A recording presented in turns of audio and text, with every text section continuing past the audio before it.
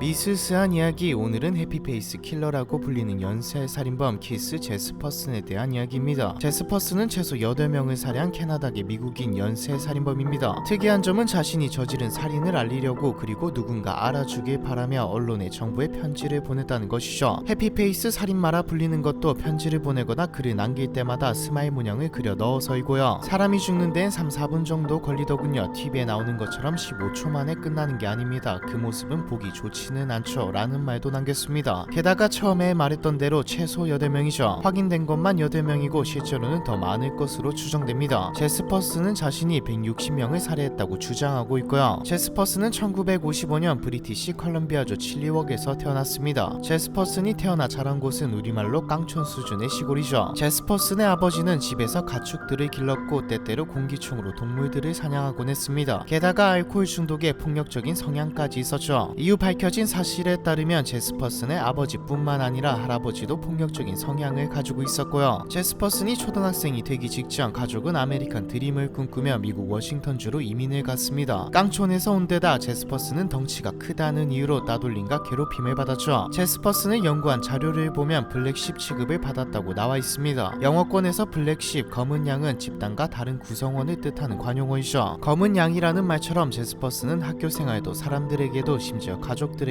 녹아들지 못했습니다. 괴롭힘을 당할 때 형제들에게도 도움을 요청했지만 나몰라라 해버렸죠. 이때 제스퍼슨이 스트레스를 푸는 방법으로 사용한 것이 동물들을 잡아 죽인 겁니다. 서로 죽이게 만들기도 하고 목숨을 뺏기도 했죠. 주로 공원 주변에서 새와 고양이, 개를 잡아서 구타한 다음 죽였습니다. 문제는 이때 아버지가 제스퍼슨에게 칭찬을 해주었다는 것이죠. 평소 아버지는 자녀에게 구토와 욕설을 일삼던 아버지였지만 이때만은 달랐고 제스퍼슨은 계속해서 동물을 죽였습니다. 결국에는 사람을 이렇게 죽이면 어떨까라는 생각까지 가지게 되죠. 그래도 평범하게 사는 듯 보였습니다. 겉에서 보기에는 말이죠. 수줍은 성격이었던 제스퍼슨은 사람들과 어울리지는 않았지만 10살쯤 마틴이라는 소년을 타겟으로 삼고 괴롭힘을 가했습니다. 호수에서 수영을 할 때 마틴을 기절할 때까지 물속에 넣어둔다던가 목을 졸라 죽이려고까지 했죠. 다만 모두 미수로 끝나는 바람에 일이 커지지는 않았고요. 이후 제스퍼슨은 여학생들과 한 번도 연애를 하지 못하고 학교 댄스 파티나 무도회에 참석한 적이 없다는 점을 빼면 다른 아이들과 특별하게 다른 것 없이 고등학교를 졸업했습니다. 대학교에 가려고 했지만 아버지는 제스퍼슨이 대학에 갈 필요가 없다고 생각해 결국 고졸로 생계에 뛰어들게 되죠. 그래도 20살에 로저크라는 여성을 만나며 생활이 안정되는 듯 보였습니다. 둘은 결혼까지 하게 되고 2딸과 아들까지 두었죠. 제스퍼슨은 아내와 아이를 먹여 살리기 위해 트럭 운전사로 일하기 시작했습니다. 하지만 안정적인 생활도 잠시 집에 모르는 여자들의 전화가 자꾸 걸려오자 로저크는 제스퍼슨의 외도를 의심하게 되죠. 둘의 사이는 급속도로 멀어졌습니다. 얼마 안가 제스퍼슨이 여행을 떠난 사이 허크는 자신의 물건들을 모두 챙겨 부모님 집으로 떠나버리죠. 제스퍼슨은 더 좋은 직업을 가지면 아내가 돌아올 것이라 생각했습니다. 당시 35살이었던 제스퍼슨은 키 2m에 몸무게 116kg의 거구였기에 경찰이 괜찮다고 생각했죠. RCMP 캐나다 왕리 기마 경찰이 되기 위해 공부도 하고 훈련도 받았습니다. 그런데 훈련 막바지에 부상을 입으며 경찰의 꿈은 좌절되고 말죠. 결국 제스퍼슨은 다시 트럭 운전사로 일하기 시작했습니다. 따로 살고는 있지만 법적으로는 이혼 상태가 아니었기에 계속 일을 했지만 1990년 허크와 법적으로도 완전히 갈라서게 되면서 제스퍼슨은 이성의 끈을 놓아버리죠. 동시에 인적이 드문 고속도로를 밤낮 없이 달릴 수 있는 트럭 운전사라는 직업이 사람들을 살해하기에 안성맞춤이라는 생각을 합니다. 시체의 유기도 알리바이도 모두 해결할 수 있으니까요. 제스퍼슨의 첫 살인은 1990년 1월 21일 밤에 일어났습니다. 미국 오리건주 포틀랜드 근처 술집에서 만난 타냐 베넷이라는 여성이었죠. 제스퍼슨은 타냐 베넷을 집으로 초대했습니다. 타냐 베넷이 자신에게 호감이 있다고 느꼈거든요. 하지만 타냐 베넷은 경증에 발달장애가 있는 여성으로 술집에 있는 모두에게 친절을 베푼 것이었죠. 결국 제스퍼슨의 집으로 간 타냐는 말다툼을 벌였고 제스퍼슨은 성폭행을 한 뒤 목을 졸라 살했습니다. 마치 어릴 때 동물들에게 했던 것처럼 말이죠. 그리고는 계획이라도 한 듯 시체 바지 단추에 지문이 묻었을 것을 염려해 옷을 처리하고 가방과 신분증은 강에 버린 뒤 콜롬비아 리버 고속도로에 시체를 유기합니다. 시체는 다음날 바로 발견되었습니다. 그런데 이상한 사람이 범인으로 지목되었죠. 근처에 살던 알코올 중독자 존 소스노브스키였습니다. 소스노브스키의 애인이었던 라번이 타냐를 죽인 범인이 내 애인인 것 같다고 신고했거든요. 심지어 라번은 그럴듯한 증거까지 만들었죠. 사실 라번은 학대를 당하고 있던 상황이었습니다. 하지만 가짜 증거는 금방 들통나 버립니다. 이대로 가다가는 공무집행 방해부터 해서 여러가지로 엮일 위기였죠. 평소에도 학대를 하던 소스노브스키가 풀려나면 자신에게 무슨 짓을 할지도 두려웠고요. 이성적인 판단이 어려워진 라번이 선택한 것은 거짓 증언이었죠. 라번은 소스노브스키가 타냐를 성폭행하는 동안 자신이 지켜보았고 후에 자신이 타냐를 죽였다고 거짓 자백을 했습니다. 소스노브스키와 라번은 각각 종신형과 10년형을 선고받고 감옥에 가죠. 제스퍼스는 살인을 일으켰을 당시에는 무서웠지만 자신이 아무것도 하지 않았음에도 일이 마무리되자 마치 능력이라도 있는 것 마냥 우쭐해졌습니다. 과시라도 하고 싶었는지 휴게소 화장실 벽에 스마일을 그려놓고 옆에 내가 타냐를 죽였다라는 글을 적어놓았죠. 하지만 이미 마무리된 사건이라 제스퍼슨의 글에는 누구도 관심을 가지지 않았습니다. 제스퍼슨은 살인을 이어가죠. 이후 얼마나 많은 사람을 죽였는지는 알 수 없습니다. 밝혀진 것만 따져보자면 1992년 8월 타냐를 죽인 것과 똑같은 방식으로 성폭행 후 목을 졸라 살해했죠. 살해된 여성의 신원은 아직까지도 밝혀지지 않았습니다. 같은 해 9월에는 휴게소에서 만난 여성인 신시아 린로즈라는 여성을 살해하고 똑같이 시체를 유기했죠. 제스퍼슨의 주장에 따르면 매춘부였고요. 두 달 후인 11월 오리곤주에서 또 다른 매춘부 로리앤 펜틀랜드를 살해하죠. 살해한 이유는 펜틀랜드가 관계가 끝난 후 돈을 더 받으려 했다는 이유였습니다. 이후에도 1993년 캘리포니아에서 발견된 신원 미상의 여성, 1994년 플로리다에서 살해당한 신원 미상의 여성 모두 제스퍼슨의 짓이었죠. 우리는 제스퍼슨이 범인이라는 것을 알고 이야기를 듣고 있지만 이 모든 살인 사건은 전부 미제로 종결되거나 범인을 찾지 못하는 사건이었습니다. 진짜 능력이라도 있는 것처럼 살인을 저질러도 제스퍼슨은 꼬리는커녕 의심도 받지 않았죠. 와중에 제스퍼슨은 익명으로 검찰청에 살인을 자백하는 편지도 보냈습니다. 스마일을 그려놓은 편지를 말이죠. 하지만 검찰청은 누군가의 장난이라 생각했습니다. 앞에서 말했듯 사망자들 사이에는 연관도 없어 보였고 신원 미상이 한둘이 아닌데다 약물 중독 같은 이유로 종결된 사건이 대부분이었거든요. 제스퍼슨은 살인까지 자백했음에도 관심을 가져주지 않자 범인만이 알 수 있는 내용들을 적어 신문사에도 편지를 보내죠. 경찰이 출동해 내용을 확인했지만 할 수 있는 게 없었습니다. 살인 내용 이외에는 그 어떤 정보도 없었거든요. 신문사에서는 해피페이스 킬러라는 내용으로 대서특필을 하죠. 제스퍼슨의 꼬리가 밟힌 것은 1995년이었습니다. 자신과 교제 중이던 41살의 여성 줄리 위닝햄을 살해한 사건 때문이었죠. 평소 제스퍼슨은 위닝햄이 자신과 돈 때문에 만난다고 생각했습니다. 얼마 안가 이번에도 신이 자신에게 웃어줄 것이라 생각하며 위닝햄을 이전과 같은 방식으로 살해하죠. 하지만 이번에는 아니었습니다. 경찰은 제스퍼슨을 유령 용의자로 지목했죠. 제스퍼슨도 이번에는 피하지 못할 거라 생각합니다. 어이가 없는 건 그렇게 많은 사람을 죽이고도 자신은 사형을 피하고 싶어 했다는 것이죠. 동시에 어차피 잡혀서 사형 아니면 종신형인 마당에 자신이 저질렀던 범죄들도 과시하고 싶어 했습니다. 제스퍼슨은 머리를 굴리죠. 미국은 주마다 사형에 대한 입장이 다릅니다. 어떤 주는 사형을 집행하고 어떤 주는 법은 있다 하더라도 집행은 하지 않죠. 오리건주는 사형을 집행하지 않는 주였습니다. 제스퍼슨은 오리건주에서 타냐 베넷을 죽인 것이 자신이라고 자백하죠. 오리건주로 인도된 제스퍼슨은 안심하며 자기가 저지른 살인을 모두 털어놓습니다. 수많은 살인을 저질렀음에도 걸리지 않았던 점, 꽤 평범하게 살았고 가정까지 꾸렸다는 점, 거기다 편지를 보냈음에도 경찰이 수사를 하지 않았다는 것까지 더해져 해피페이스 킬러는 다큐와 팟캐스트, TV에서 엄청나게 다뤄졌죠. 제스퍼슨은 현재도 교도소에서 수감 중입니다. 심지어 잘 살고 있죠. 제스퍼슨은 교도소에서 그린 그림을 팔아 돈을 벌고 있고 다른 범죄자의 가족이라는 다큐와 오프라 윈프리 쇼까지 출연했습니다. 지금까지도 미국은 제스퍼슨이 살해한 신원 미상의 여성의 신원을 밝혀내기 위해 수사를 계속하고 있고요. 해피페이스 킬러라고 불리는 연쇄 살인범 키스 제스퍼슨에 대한 이야기, 이번 편은 여기까지입니다.